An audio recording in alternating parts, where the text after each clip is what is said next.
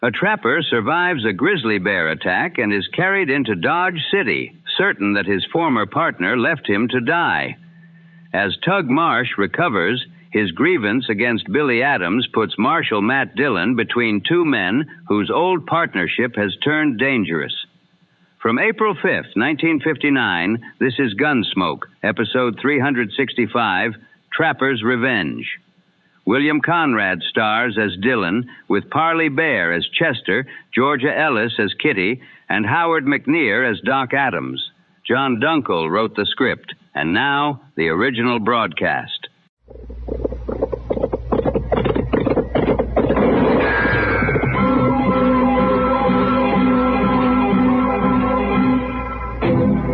Around Dodge City and in the territory on West, there's just one way to handle the killers and the spoilers, and that's with a U.S. Marshal and the smell of Gunsmoke.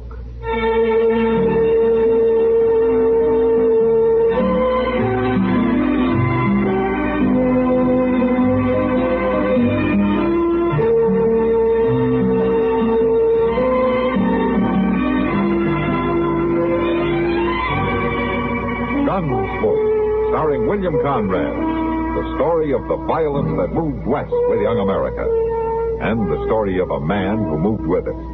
I'm that man, Matt Dillon, United States Marshal. The first man they look for and the last they want to meet. It's a chancy job, and it makes a man watchful and a little lonely.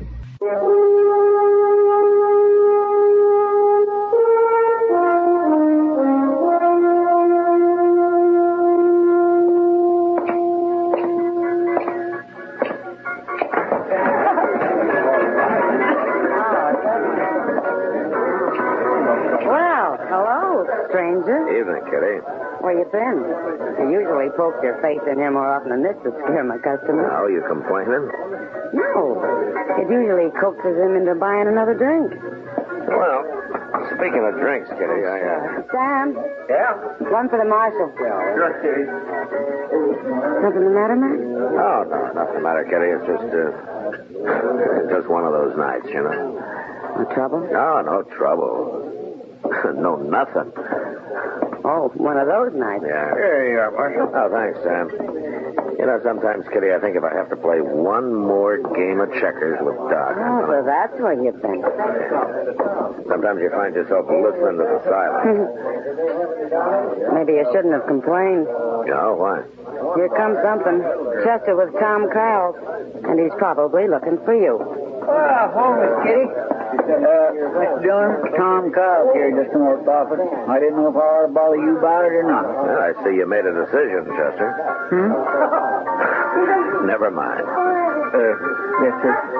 Well, anyways, why don't you just tell him what you've seen, Tom? Well, Marshal, I don't really know what it was, but it was down there in the willows, thrashing around like maybe it was some kind of an animal or something. Well, I got to think maybe it was an Indian or a road agent or something. Now, wait a minute, Tom. Where was this? Well, down by the river, right under the bank. And what exactly did you see? Now, it was too dark to see, really, but I could hear it thrashing around, making a kind of a moaning sound. The way them willows was bending and waving around, I knew it must be pretty big. Why didn't you go in and look? Now, how'd we know what it might be? It was dark. We? Well, me and a young lady, we just left there quick. Oh, I see. Now, just where was this, Tom? Well, out by the point, just west of town, Marshal. Yeah, I've heard about the buggies being parked out there. Tom, you're sure that this wasn't your imagination? Oh, no. No, sir. There was something there. I know that. An animal, maybe, or Injun. That's why I thought I ought to come and tell you. Are you sure it wasn't some friends of yours playing a trick on you and your young lady? No, ma'am. They'd have showed themselves. I know. I think you ought to go look, Marshal. All right, Tom. Chester, go get a lantern, will you? Yes, sir. Come on, Tom. I suppose it sounds kind of silly. Well, Mark, you were starved for excitement. Yeah. Some excitement, huh? You know what it sounds like to me? No, what? I think you're going on a snipe hunt.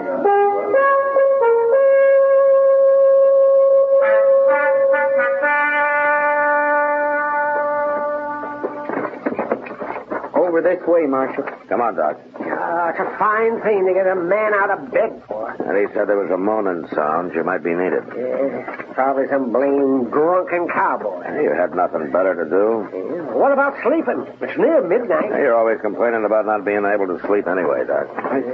Right down there, Marshal.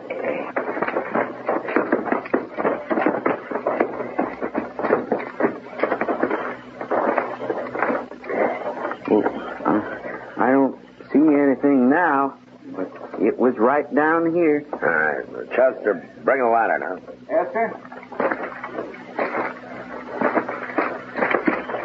Where we're going to get wet feet. And you can catch his death on like this. Over here, Chester.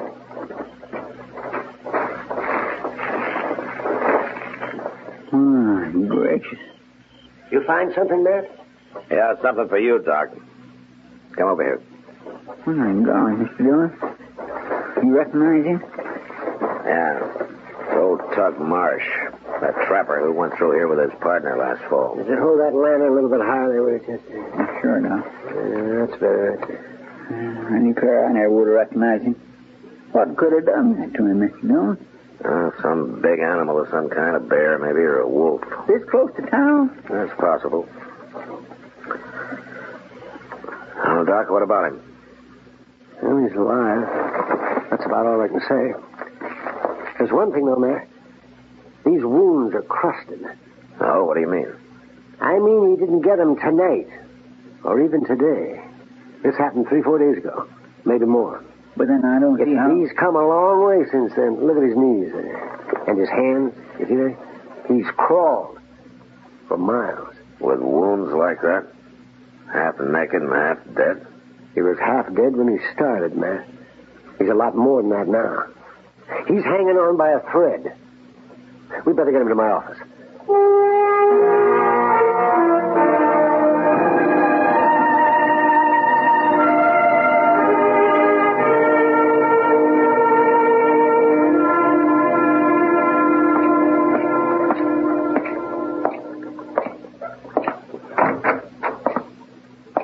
Morning, Matt. Morning, Doc. How's the patient? Well, I don't know how, but he's alive. And not just alive, but kicking, too. Oh? Hey, Doc, I'm hungry. See what I mean, Matt? You saw how he was not 12 hours ago. Who'd have believed it? Yeah. Can I talk to him? Why not? I can't keep him quiet anyway. Hello, Tug. Howdy, Marshal. Why don't you make that dang doctor give me something to eat? I'm making you some soup. Now shut up. Soup? I ain't that in a week, and he gives me You dishwater. couldn't keep anything else down, and you need nourishment. Oh, dang it, if I could just get out of this darn bed. Take it easy, Tug. You've been through an awful lot. You're telling me what I've been through? Now I'm asking you. You want to tell me about it? It ain't no affair of the law. Maybe not. I just happen to be curious. Well, if you had any brains, you could see. I tangled with a bear, that's all. When was this and where? Oh, maybe 6-7 days down the nations, out toward the Cimarron. Here you go. Now you eat this, Tug. Dishwater. It's good for you. You need something warm in you. Hey, Doc, you ain't told me. You think you can fix me up? There's nothing to fix up. The scar tissue's already forming. I ain't going to be so pretty, huh? Oh, well, that bear took half your scalp and a good part of your face. So there's nothing I can do about that, Tug. Yeah, I never was too handsome anyways. But that's all right. I'm a trapper, not a drummer. And them Cheyenne squaws ain't scared off by a few scars. What about my arm? You lost some muscle, but you'll have some movement left. Tug, the main thing is that you're alive and mending. Here, now, take some of that soup. Yeah. With rest and a little food, you'll be walking around again in a few days. Maybe trapping again in a month. I got something to do first. Tug, tell me what happened, huh? I told you I tangled with a grizzly. Walked into him in this thicket, and the critter attacked me before I get my gun up. Finally killed him with my knife, but not before he chawed me. What about your partner, Billy Adams? Yeah, he couldn't wait. Couldn't wait? Found me near dead. Done what he could, but wasn't much. We both figured I was a goner. And there's hostiles around, Comanches. He's nervous, I guess, sitting beaver alone with a dying man on his hands. Only I wouldn't die for him so as he could bury me and have it done with. You mean he left you? Next morning. He took everything. Didn't even leave me a knife to slip between my ribs. Now, you wouldn't do that to an animal, now would you, Marshal? Just leave him to die alone in the wilderness? You'd slit his throat for him at least. But Billy wouldn't do that for me. And that's when I decided. What? That I wouldn't die. That I'd come after him. I'd live to find him. So I started crawling. 5 days on my hands and knees without food or water. And when I find him, I'm going to kill him. But not fast. No. Slow. Real slow. Well, I can't say I blame you much, Tug. But there is one thing I'm thankful for. What's that? Billy Adams isn't in Dodge. I'd hate to have to arrest you for murder. Then as long as I'm here, you better see he stays away.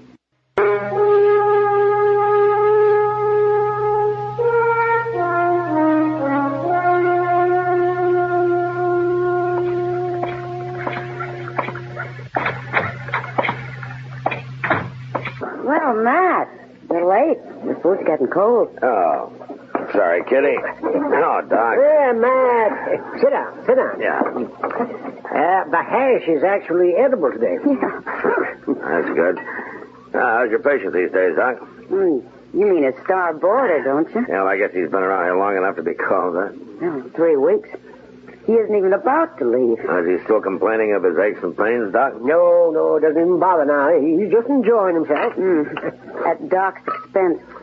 Matt, he even bought him clothes. Well, he didn't have anything left, Kitty. I've seen him walking around town a couple of times, Doc. He seems almost back to normal. Well, yes. Well, considering everything, though, it has been a miraculous recovery. You know, I'm kind of surprised he doesn't want to be getting on about his business. Well, the truth is, he does.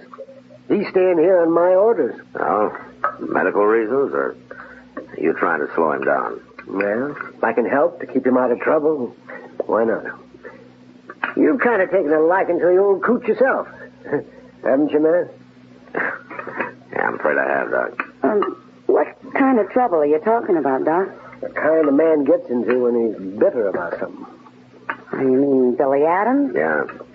Maybe we could keep Tug here long enough he could cool down, Kitty, but I don't know how long Doc can afford the expense. Mr. Dillon. Yeah, what is it, Chester? You know who just rode into town? He's down at Moss Grimmich's right now. Oh, who? Billy Adams. Good, eh? Just goes to show you I'm not as smart as I thought. I should have sent Tug packing. It's Billy Adams who's going to be sent packing, Doc. And right now.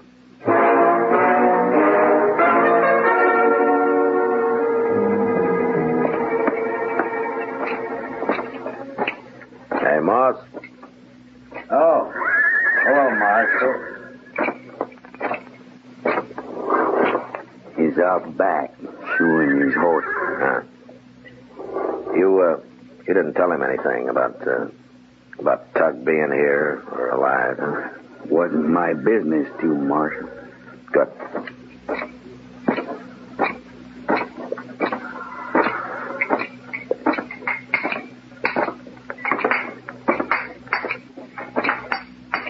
Billy? Oh, Marshal. What are you doing here in Dodge, Billy? Oh, just passing through. Shoeing a horse, buying supplies. I'm going on west, back to the mountains. Why, Marshal? Well, last time he went through here, you had a partner, Billy. What happened to him? Oh. I didn't know anybody in Dodge heard about that. Somebody from Pueblo come through and told the story, huh? Suppose you tell it to me, huh? Well, just the way you heard, Marshal. Powerful sad thing. Tug got killed by a bear. He got caught in a thicket with a big grizzly. Killed Tug outright, did it? No, he lasted till next day. Or nothing I could do for him, no. He was clawed so bad. Oh. So you buried him, huh? Oh, that's it, huh? Somebody found the body. You know, I felt bad about that, Marshal. I didn't have time to bury him. There was Comanches snuffing around, and I had to get out of there quick without no fuss or no noise, so I left him in that thicket. I figured he'd be just as safe there as in a shallow grave, what was left to him. Besides, Tug, he didn't put much stock in ceremony. You made just one mistake, Billy. What? You should have made sure he was dead. What do you mean, Marshal? He's alive. Right here in Dodge. He is? Oh, I'm right glad to hear that. Oh, I really am. I'm not so sure you will be, Billy. Maybe Tug didn't put much stock in ceremony, but he's sure looking for you. Yeah, I guess he would be. And my advice to you is to get on that horse and ride. Well, no, I couldn't do that, Marshal. Why not? Well, I got to see him. I got to explain. Look, Billy, I don't care about you, but I don't want to see Tug up for murder or see him shot down. No, Marshal, it wouldn't be like that. I think maybe it would. And I'm telling you to get out of town now. All right, Marshal. I'll oblige you. I'll camp just outside town, just west. You tell Tug that, huh? You tell him I'll be waiting right there for him. No. Well, there's things we got to talk about, Marshal. There's money I owe him for his split of the furs and all. I'll tell him nothing, Billy. Listen, Marshal. We was partners, Tug and me. And friends, even if he was a lot older than me. Now, I guess this here is something that's got to be settled between us, one way or the other. I'll be waiting.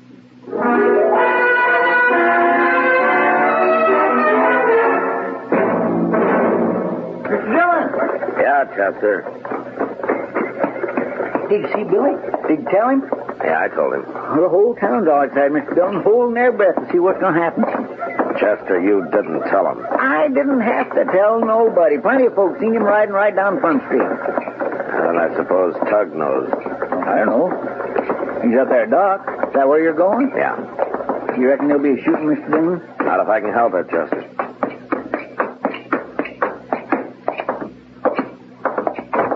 Now, wait a minute. You let go of me. Now, run away. No. Oh, Matt. Oh, I'm glad you're here. Now, don't try to stop me, Marshal. Get out of my way. I see you've heard the news, Tug. Yeah, I heard all right. Ain't nobody going to stop me. You don't even have a gun. You're going to tackle him with your bare hands? Maybe you will. I could break him in two. Well, he's got a gun, so maybe you better think it over, huh? Nothing you can say is going to stop me, Marshal. Now, wait a minute, you obstinate old fool. Billy was your partner. He was your friend, so he deserted you. All right, maybe you got a cause for a grudge. Maybe. All right. But what good's it going to do for one of you to get killed just to satisfy your need for revenge? Tug, he wants to give you your half of the profits from the furs and trapping outfit. You talked to him? Yeah, I did. And he told me his side of it.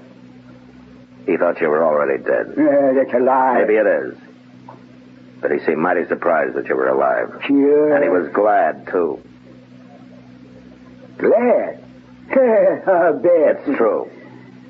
And he wouldn't take my advice to run away. He's waiting for you outside town. He told me to tell you that he wants to see you, Tug. Yeah. I'll see him all right. Soon as I get me a gun. Tug, isn't there anything I can say that'll stop Ain't you? none of your business, Marshal. I got a right to go after him, ain't I? Yeah, I guess maybe you have. All right, then. I'm going to find me a gun. Maxwell, what are you going to do? Not much I can do, Doc. They'll tangle sooner or later. I'm just going to be there to see that whatever happens fair.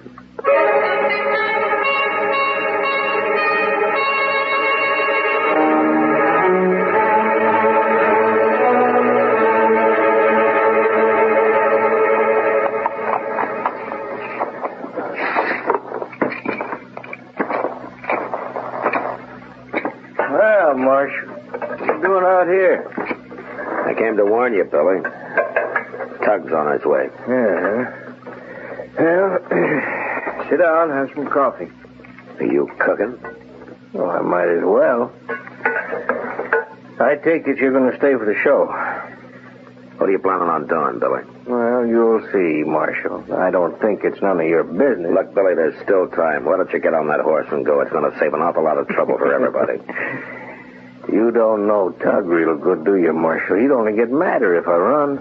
He'd just keep hunting until he found me again. Besides what? Well, I guess he's got a right to...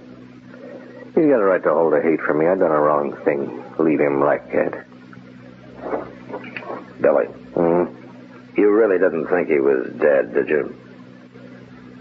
No, but I thought it was just a matter of minutes, and there was minutes might have meant I'd be dead, too. I guess it was wrong of me to think of saving my own life. And at least that was a human mistake to make. I'm just glad now I didn't go ahead and do what I almost did, what I thought I should have done. What do you mean? Well, you know what you do for any dying animal. Took out my knife, I held it up to his throat. I couldn't bring myself to it, and I'm glad now. Yeah. In a way, me being a coward that way, that saved his life, and I'm glad of that. He done a lot for me, Marshal. He was like a father, Tug. He taught me all I know. How could you go up and leave him, Billy? Maybe I just couldn't stay and see him die.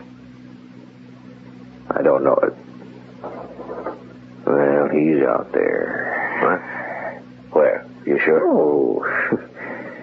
Marshal, him and me living the way we do, we hear things, we see things that town folks miss there. Don't you worry now. It'll come out the way you want. What do you mean? Well, I can't fight him, Marshal, but I'll make it look all right so you won't have to arrest him. Now, wait a minute, Billy. Tug? Come on in. Coffee's hot. Hello, Billy. Biscuits be ready directly, Tug. Now, listen, Tug. Don't worry, Marshal. I didn't even get a gun. I guess I couldn't have used it if I had. Billy, a trapper needs a partner. Good ones is hard to find. You can't expect them to be perfect, not make a mistake or two. Tug. Now just pour the coffee, Billy. Plenty of time for talk later. Oh, sure, Tug, sure. Won't you have some coffee, Marshal? I don't mind if I do.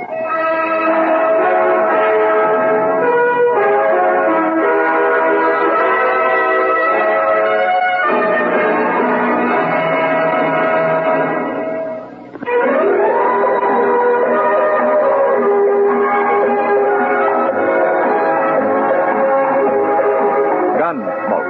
Produced and directed by Norman McDonald, stars William Conrad as Matt Dillon, U.S. Marshal. The story was specially written for Gunsmoke by John Dunkel, with editorial supervision by John Meston. Featured in the cast were Ralph Moody, Lawrence Dobkin, and Vic Perrin. Parley Baer is Chester, Howard McNear is Doc, and Georgia Ellis is Kitty. Gunsmoke's Trapper's Revenge concludes our visit to Dodge City. Follow Gunsmoke for more classic broadcasts.